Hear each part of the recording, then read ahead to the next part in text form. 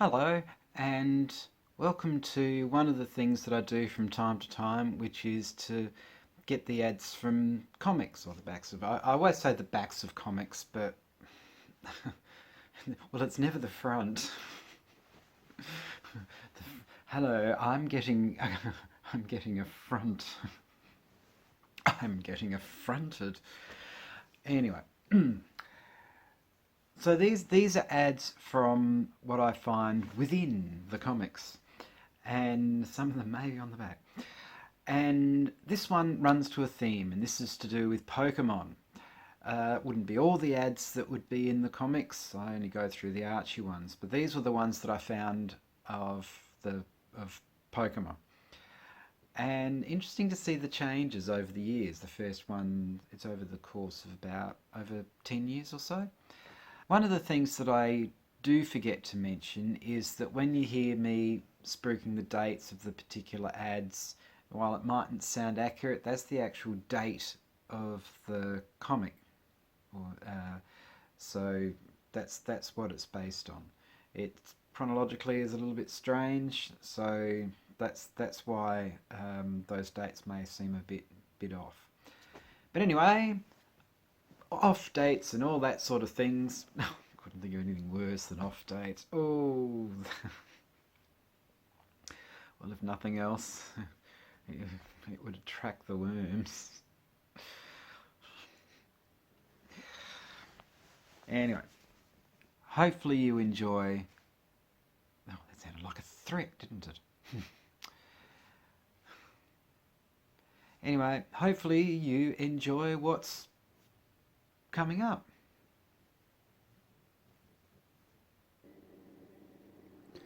So, first up, we have May 2000. And it seems this is so big you want to play it on the Jumbo Vision. Ooh, Jumbo Vision. So this is Pokemon Stadium. Oh, you can do it in 3D. It's animated. Let's have a look at some of the crowd. Oh dear. Wow. Oh, nice to see Michael Jackson's there. And if you look a little further down, you've got Macaulay Culkin as well. So many other celebrities are hidden there in the crowd. Oh. With the way their mouths are open, they look like those clowns ready to inhale ping pong balls or something. Anybody got a ping pong ball? Well, I suppose that's not exactly in line with their family-friendly premise, is it? Well, come on. I mean, you're swallowing balls whole, aren't you? You can't have that. Then again, these days, who knows? So yeah, have fun spotting the celebrity.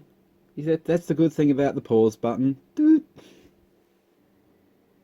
And from July 2000, we have the next evolution of the Pokemon Adventure. It's the trading card game. And it's now on Game Boy. Well, that dates it, don't you love Game and Game Boy sold separately? Oh, of course. Love how it infers that you can insert the cards into the actual machine. Well, that would create a few arguments, wouldn't it? But the ad says so. Well, you can't believe everything you see. But the ad says so. It says so. And now they're out on the oval, wanting to kick some butt in June 2001 with the Pokemon Stadium. So May 2000 they were coming out of the stadium, and by the time you got to June 2001, they were out there on the stadium, ready to strut their stuff, or as the word says, time to kick some butt. Well, the ones that have butts anyway. All new mini games. Mini games. People would see that and think, oh, it's a thing for cars.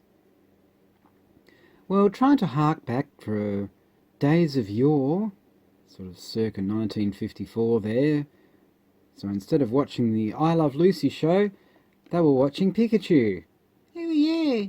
But they've taken over your TV.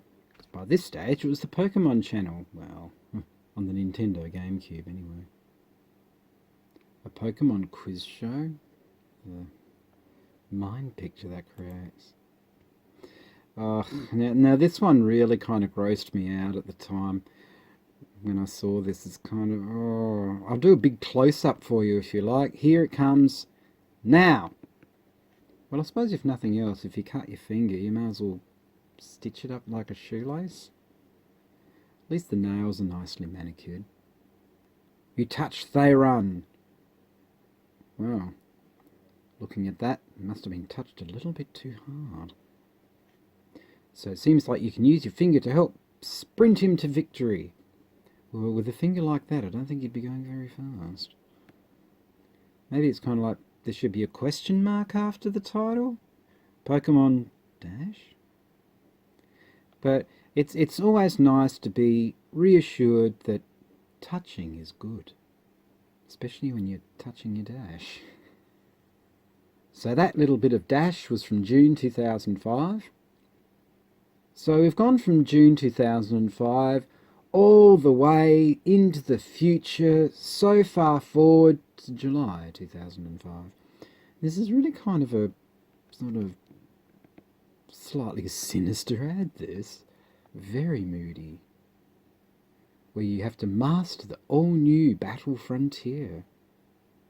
I love how the graphics on there look so dodgy. It makes it look more like a Teenage Mutant Ninja Turtle. Good grief, looking at the landmass there, it looks like they drew some inspiration from Gilligan's Island or something. I wonder if they'll be on a 3-hour tour. No, I suspect the game would take a little bit longer than that.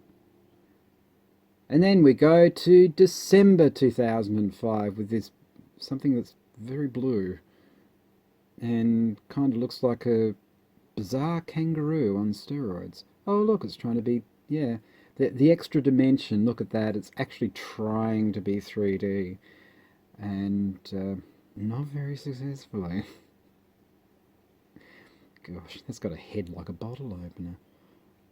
Oh, now it seems like, yes, this is the Gale of Darkness. Oh, poor Gale. I wonder if that's her stage name. Hello, I'm Gale of Darkness. Gale of Darkness. Gee, I wonder what her day job is. Or, with a name like that, would she even have a day job? Or, maybe that is her day job.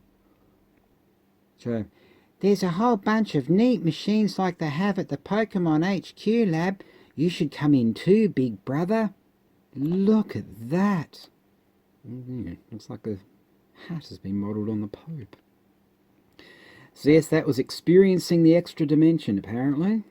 I feel very experienced now. And now we have an even more garish one from May 2009. We've gone platinum. So we go from emerald to platinum. I guess that must make it harder. So new worlds, new forms. Formes. So it's the trading card game, as you can clearly see. I'm tempted to put some of the effects through this particular one. This is just such a mess. It looks like something that was designed back in about 1990 and then tweaked when it shouldn't have been tweaked. So there we go, that was some garish platinum. And now I'm going to put it through some of the effects. So there's this one. Oh. And my favourite would be the edge detector. This will be horrible.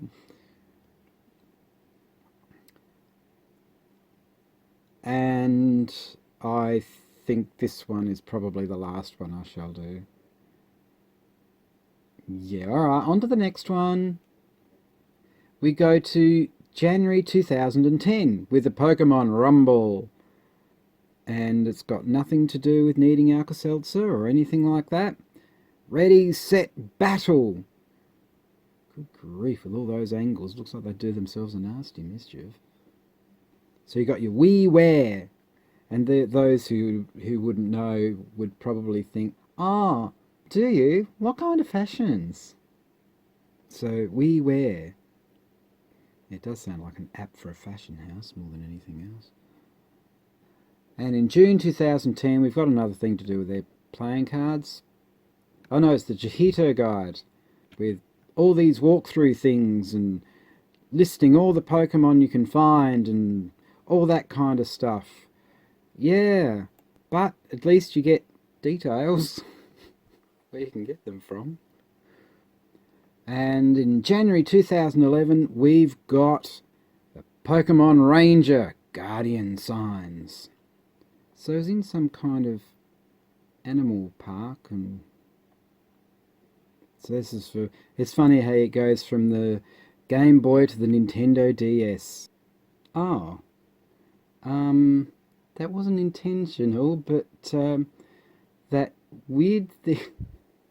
I've just realised this was taken from the back of the comic, and if you think, what the... Yeah, that's actually the other side of the cover coming through. So you're not seeing anything, there's no trick of your eyes. Yeah, that's really Archie's head you can see. So no, it's not some kind of inveigled his way into the game. It's just what's happened with the scanner. Yeah. Mind you, the placement's pretty good. It really looks like he's in some kind of bubble or something. Alright, well, there we go. Back to me now, I think. Wow, gosh. It's one of the more succinct versions of that I've done. Yeah, alright, back to me now. So there you go. Hopefully you've had a good old Pikachu. Well, 3.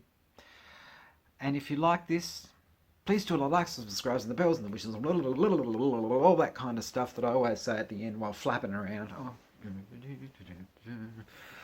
And hopefully I shall see you in the next one. Thanks for watching. Ciao.